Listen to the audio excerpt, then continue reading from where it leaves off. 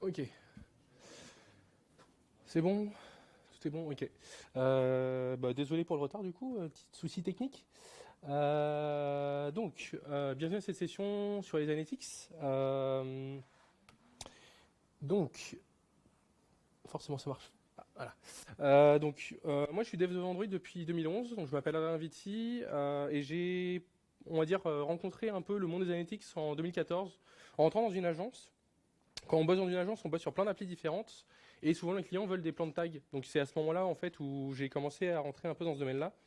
C'est un truc que je connaissais pas avant et j'ai bien kiffé.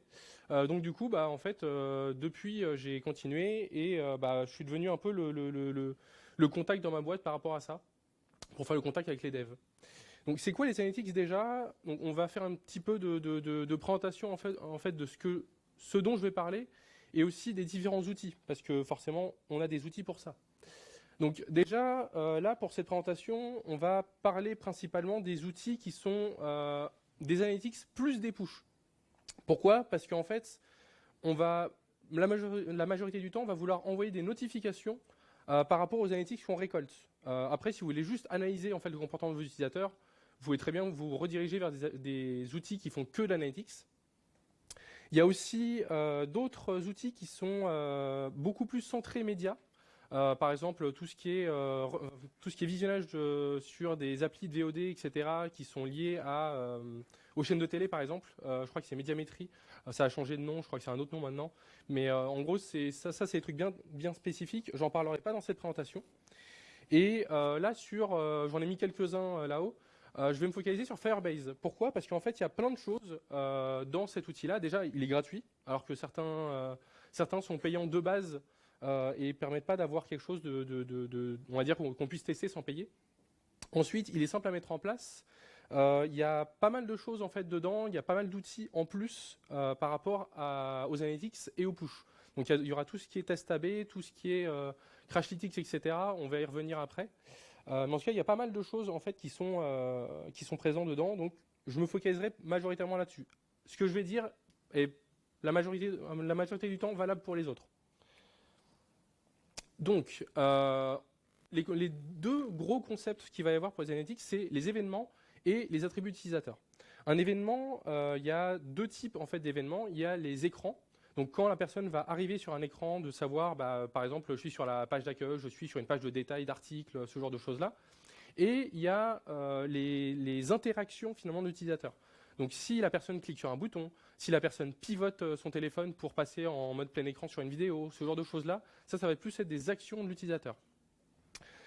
Ces événements-là, ils vont être enrichis d'informations supplémentaires avec un dictionnaire qu'on peut passer dans ces événements-là. Donc par exemple, si on veut savoir typiquement l'article que la personne a ouvert, que la personne a ouvert sur son téléphone, on va envoyer le titre de l'article, on va envoyer l'URL de l'article.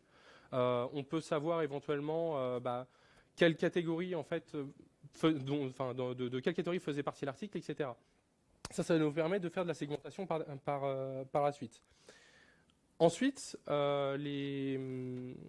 les attributs utilisateurs, c'est quelque chose de plus propre à l'utilisateur.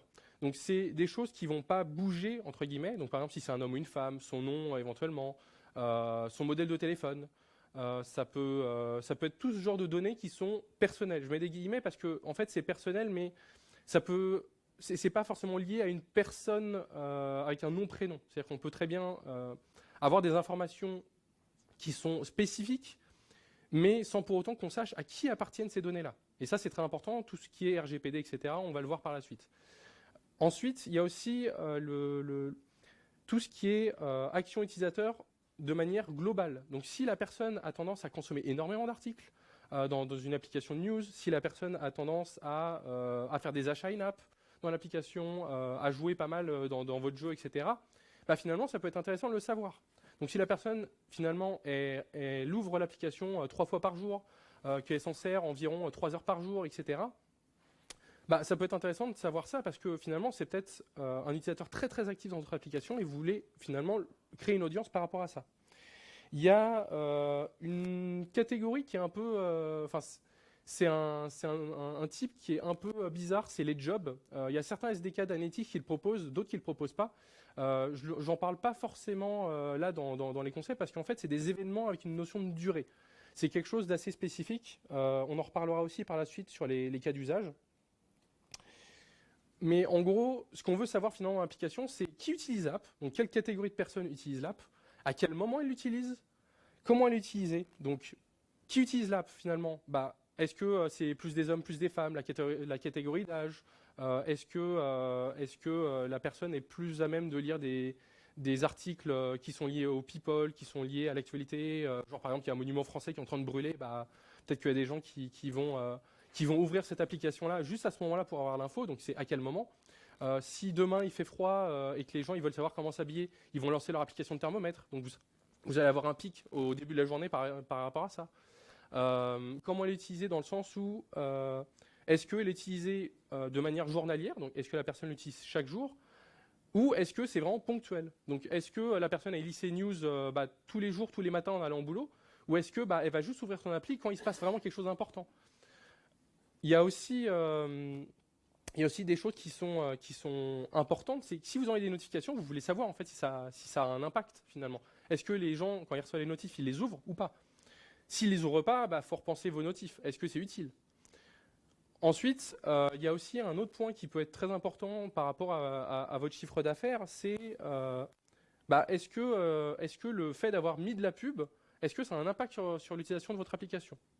Donc est-ce que les bannières que vous mettez, si l'interstitiel il est un peu violent, vous l'affichez trop, et que vous voyez une chute en fait d'utilisation de votre app après avoir mis en place des interstitiels, c'est peut-être le cas, enfin c'est peut-être la cause du problème.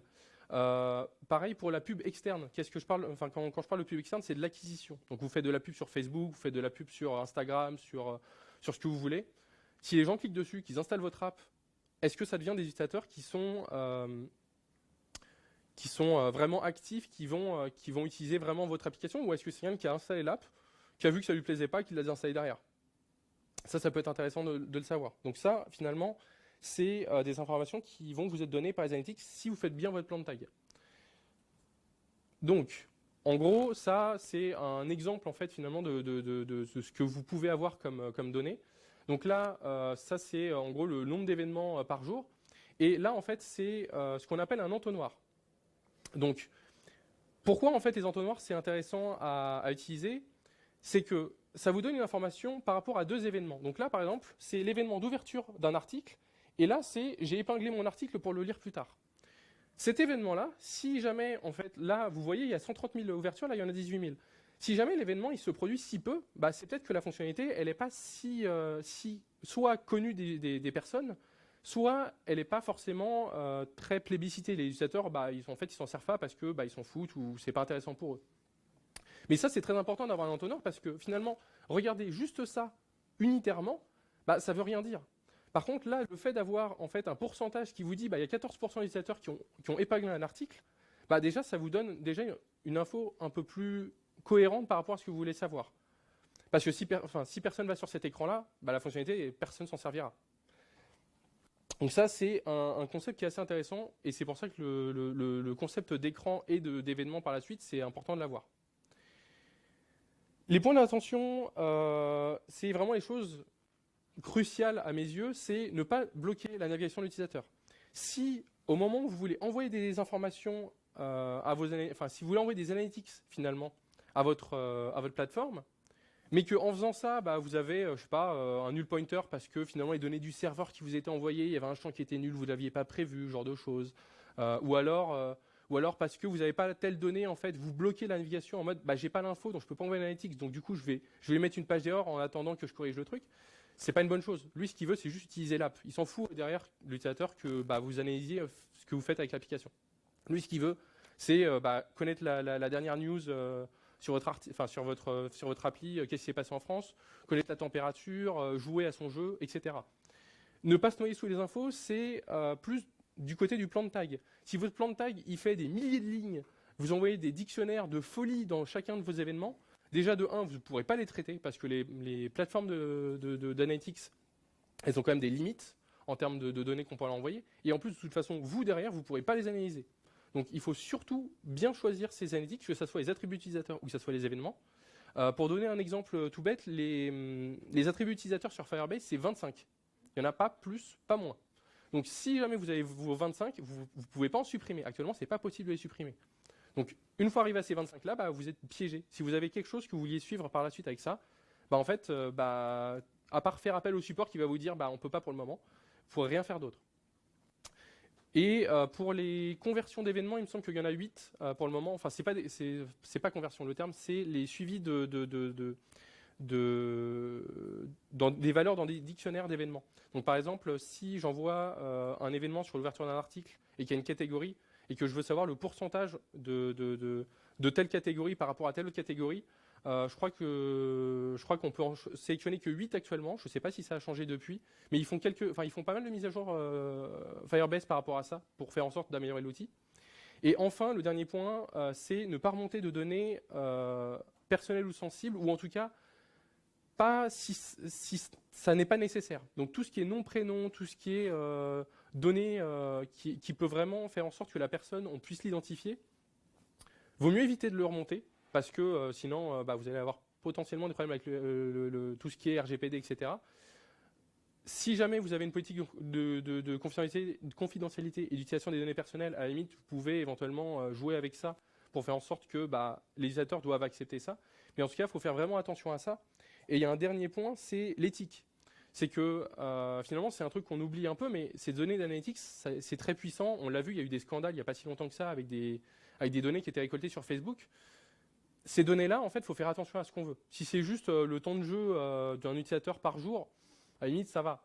Si on commence à avoir le nom, prénom de la personne, le type d'article ou de magazine que la personne est en train de lire, et qu'on peut créer des profils finalement psychologiques de la personne, ça peut commencer à devenir un peu touchy. Après, ça dépend de la manière dont vous gérez les informations et de si vous êtes suffisamment sécurisé à ce niveau-là. Mais en tout cas, faites attention. Donc, comment les mettre en place maintenant ? En termes de suivi d'écran, ça va être assez classique finalement. Ça dépend de votre archi, mais pour le coup, c'est assez classique. Donc, soit vous faites en sorte que tous vos fragments et toutes vos activités par an implémentent une interface que vous appelez Analytics Sender ou quelque chose comme ça, et en gros qui vous renvoie des données, que ce soit soit le nom de l'écran, soit les dictionnaires de données qui sont référents à ça. Soit vous avez directement un objet en fait dans chaque écran. Donc ça vous permet de faire en sorte que des écrans qui ne doivent pas renvoyer de données, finalement, on peut y échapper parce que l'objet ne sera pas présent, donc il n'enverra pas les infos. Les derniers recours, finalement, si jamais vous voulez taguer des écrans ou vous voulez envoyer des événements par rapport à ces ouvertures-là, c'est les lifecycle callback. Alors, le premier, ça va être sur la classe application qu'il faut le déclarer. Le deuxième, c'est sur un fragment manager. Pourquoi je dis que c'est les derniers recours ? C'est que c'est quand même assez violent dans le sens où chaque ouverture d'activité, chaque ouverture de fragment va rentrer dans ces callbacks-là. Ça peut être utile pour le premier dans le cas des activités parce que, par exemple, des fois, on a des activités qui ne sont pas chez nous, qui viennent d'une bibliothèque tierce, que ça soit une liseuse, que ça soit un lecteur vidéo, que ça soit ce qu'on veut en fait. Dès le moment où il y a une activité qui se lance dans votre application, lui, il va pouvoir le récupérer. Donc, si vous pouvez taguer des choses qui ne sont pas chez vous, qui ne sont pas liées à votre code, finalement, ça peut vous aider pour le faire. Bien évidemment, il faut que ça reste dans votre application. Si c'est des intentions qui ouvrent des activités externes, là, vous ne pourrez pas. Les fragments, c'est moins le cas, en fait, qu'on donne des fragments tiers via des SDK, etc. Mais ça peut aussi servir à ça. Sachant que les solutions ne sont pas forcément, on va dire, contraires. C'est-à-dire qu'on peut très bien utiliser la première technique de l'interface qui est déclarée et en fait de gérer les différents cas dans les callbacks. Donc en fait, quand on ouvre une activité, on dit tiens, je veux envoyer tel écran. Est-ce que cette activité implémente telle interface ? Oui, non. Si oui, j'envoie et sinon, je fais rien. En général, dans les cycles de vie, le mieux c'est quand même de le faire dans le on-resume parce que c'est le moment où la personne, si elle change d'écran, imaginons elle reçoit un appel ou elle change d'application et elle revient, vous voulez le savoir en fait, le temps qu'elle reste sur un écran. C'est assez pratique et le faire dans l'on-create, ça peut amener à des résultats de durée de session qui ne sont pas forcément les bons si vous les calculez vous-même. Ensuite, il y a les événements et les attributs utilisateurs. Alors là, pour le coup, c'est un peu plus simple, entre guillemets. c'est que finalement, soit vous le faites directement dans votre activité ou dans votre fragment si vous avez une archi comme ça. Sinon, généralement, dans le view model, dans le présenteur, on va dire au moment où la personne a fait l'action ou au moment où on récupère ses infos, finalement, c'est là qu'on va le faire. Généralement, c'est plus le deuxième choix qui va être fait vu les archis qui se mettent en place maintenant. Parce que si vous le faites dans l'activité ou dans le fragment, déjà de 1 pour les tests, ça va être rigolo. Et de 2 pour le suivant qui passe derrière vous pour lire votre code, avec tous les analytics et tout qui s'entremêlent avec le code dans l'activité et le fragment, ça risque d'être un peu violent. Et des petits conseils pour le développement. Donc déjà, tout ce qui est envoi aux analytics, faites une classe qui encapsule finalement cet envoi-là. Donc en fait, faites une interface. À la limite, si vous voulez reprendre le même nom de méthode que le SDK que vous utilisez, pourquoi pas. Mais en tout cas, ça vous permet de mettre soit des traces en fait dans votre logcat, soit de faire des traitements genre est-ce que je suis en debug, dans ce cas j'en vois pas, etc. Donc ça peut être très pratique justement pour éviter d'envoyer des trucs en prod si vous testez sur la version de prod parce que vous n'avez pas d'autre choix. Sinon il y a une pré-prod parce que c'est bien les pré-prod, ça peut servir des fois. En fait les traces c'est bien parce que finalement ça vous évite de vous prendre la tête avec le réseau, etc. Si vous voulez juste tester en fait l'envoi, etc. Et puis en plus il y a des analytics parfois qui sont compatibles avec le Erlang, donc ça peut être intéressant d'avoir des trucs dans le debug. Ça c'est vraiment on va dire le B à bas. Après sur Firebase, mais c'est pas le seul à proposer ça. Sur Firebase il y a un truc qui s'appelle le debug view qui permet en tapant une commande via ADB de faire en sorte que l'appareil remonte en tant qu'appareil de debug. Donc tous les événements sont envoyés en temps réel, chose qui n'est pas le cas sinon, parce que économie de batterie, etc.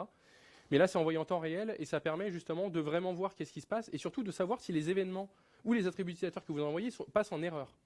Quand je disais qu'il y avait des limitations, c'est que parfois, en fait, il y a un nombre limite d'événements, d'attributs dans un dictionnaire pour un événement. En termes de longueur de nom, etc., il y a aussi des limites. Donc ça, le debug view sur Firebase peut vous permettre d'avoir ces infos-là. Donc c'est quand même utile. Donc utilisez-le si vous utilisez Firebase. Sinon, les autres solutions ont des trucs un peu similaires. En termes de cas d'usage, alors, le premier cas, c'est finalement votre fonctionnalité. Qui a ouvert cet écran? Si votre fonctionnalité, elle est présente que sur un écran spécifique, c'est sûr que si personne l'ouvre, votre fonctionnalité qui est dedans, personne ne la verra. Pendant combien de temps? C'est savoir si vous avez une liseuse, pendant combien de temps la personne elle reste dedans. Si jamais il y a des personnes qui justement utilisent cette fonctionnalité et qu'il n'y en a pas autant que ce qu'il faut, c'est dommage. Est-ce que les gens qui ont déclenché cette fonctionnalité, ils continuent à l'utiliser? Ça peut être intéressant de le savoir parce que finalement, si les gens ils l'ont déclenché par erreur et qu'ils ne l'utilisent plus après, c'est peut-être que soit le bouton est mal placé, soit qu'il n'est pas forcément utile pour les gens. Aller plus loin dans le sens où si jamais votre bouton il est placé dans un pop-up menu en haut à droite de votre écran plutôt qu'au centre de votre écran, les gens auront moins de facilité à le découvrir parce que faut cliquer sur un menu, faut cliquer dessus, etc. Là en fait le test AB ça peut être intéressant de faire un test AB avec le différents placements et de savoir dans quel cas ça ouvre plus. Pareil pour la formulation. Est-ce que le bouton il est suffisamment clair? Le deuxième truc, c'est qui a initié un achat. Imaginons que vous avez des achats in-app dans votre jeu. Qui a fait ça? Est-ce que cette personne, finalement, c'est son premier achat? Est-ce qu'elle fait partie du groupe des baleines? Donc ça, c'est les gens qui font beaucoup d'achats dans les jeux et qui représentent le plus gros en fait des revenus d'un jeu. Combien de temps s'est écoulé pendant le parcours d'achat? Parce que si votre parcours, plus il est long, plus les gens ils abandonnent vite. Combien de personnes justement ont abandonné avant la fin? Parce que si jamais vous avez 5 étapes pour faire un achat, peut-être que les gens ils vont abandonner avant la fin parce que c'est juste pas pratique pour eux. Il y a qu'un seul écran, les gens ils auront plus de facilité à valider et puis voilà. Et ça rentre dans les cas justement de pourquoi les gens ils abandonnent. Le parcours d'achat doit être le plus petit possible et le plus simple finalement pour faciliter l'achat. En conclusion, les analytics, si vous mettez en place vos plans de tag, etc., ça permet de mieux connaître vos utilisateurs et du coup de mieux concevoir votre application, d'ajouter des fonctionnalités qui sont utiles, de modifier la manière dont votre application est faite. Donc si une fonctionnalité est utilisée par beaucoup de personnes, mais qu'il faut 25 clics pour y arriver, peut-être faire en sorte que ça soit plus simple d'y arriver pour faire en sorte que l'ergonomie de votre application soit meilleure. Ça permet aussi de savoir est-ce que votre pub en fait dans votre application elle fonctionne, est-ce que ça rebute les gens, est-ce que l'acquisition que vous faites sur d'autres réseaux enfin si les gens qui viennent de Instagram, Facebook, de n'importe quel autre truc de pub dans votre application, est-ce qu'ils continuent à l'utiliser? Est-ce que finalement les gens à qui vous avez offert des trucs parce qu'ils venaient de Instagram et que vous leur promettiez un crédit gratuit, est-ce que les mecs sont restés après? Du coup, ça permet d'augmenter votre chiffre d'affaires parce que vous pouvez mieux choisir où investir votre argent. Si vous voyez que les pubs ça marche pas, arrêtez. Ça ne va pas aller beaucoup plus loin que ça. Et donc voilà pour cette conférence. Il y a des office hours demain pour ceux qui ont des questions très très spécifiques. Puis si jamais vous avez des questions là.